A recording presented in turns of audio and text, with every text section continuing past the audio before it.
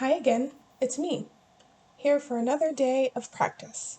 My daily entry, the daily video, the video I definitely made today. Okay, about that, I think we need to talk.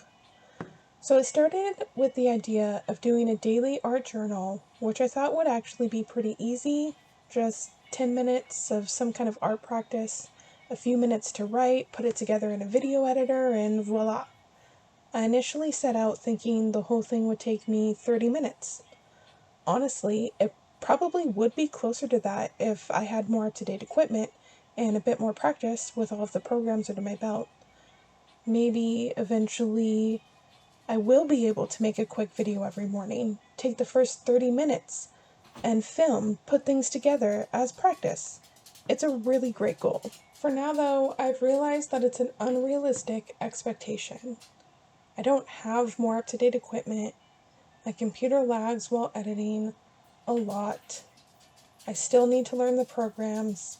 I have a household to manage and a job. So I have admitted defeat. Kind of. I need to go back to the drawing board. The 10 minutes every morning to practice, which I'm thinking of making 30 minutes now that my plans are changing, is still really important to me. It's a great way for me to find my flow and my voice in art while building my skills. And the writing still has all the same benefits I mentioned in the first video. So those things I still want to do daily. Every morning that I walk into my studio, I want this practice to be the first thing that I do.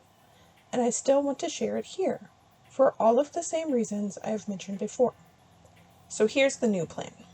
I'm still going to film my practice and make the journal entries every morning while taking some time to think about what needs to get done that day, how my week is going, and talk about what I am practicing.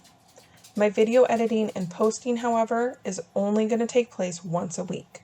With my short series, where I share the painting I'm currently working on, that means I'll be posting twice a week, plus occasionally posting the color wheels for new projects, and I have some other ideas to add later too. So this is a pretty good start considering I'm just starting. I plan to write a weekly art journal entry kind of summing up everything I have talked about in my daily entries, and use the clips from the whole week to make a final video. Maybe I'll do themed weeks or mini projects for my practice to create a nice flow for every video.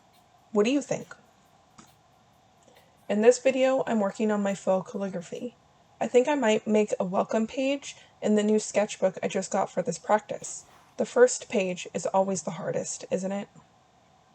Handwriting, and thus lettering, has always been an insecurity of mine, and every time I have sat down to practice, I always find a million things that need more attention than this skill. I think I have procrastinated working on handwriting because of an early shame and belief that I inherently had bad handwriting. I've always tried to hide my handwriting and use type whenever I can. When I was young, I had a teacher who told me a story about an adult in her life who used to say, no handwriting is bad. Some is just more artistic than others. That teacher then called my handwriting artistic for the rest of the year. I think they really did mean this in good faith. They were a kind and compassionate person. My young mind definitely took it personally though, and I was very embarrassed every time they made the statement. I assign this fear to lettering as well, though it is something I will need so desperately in the many projects I have planned for the next year. It is something I always wish I had started sooner every time I sign a card or every time I want to write with tone or attitude. It's something I wish I could just do.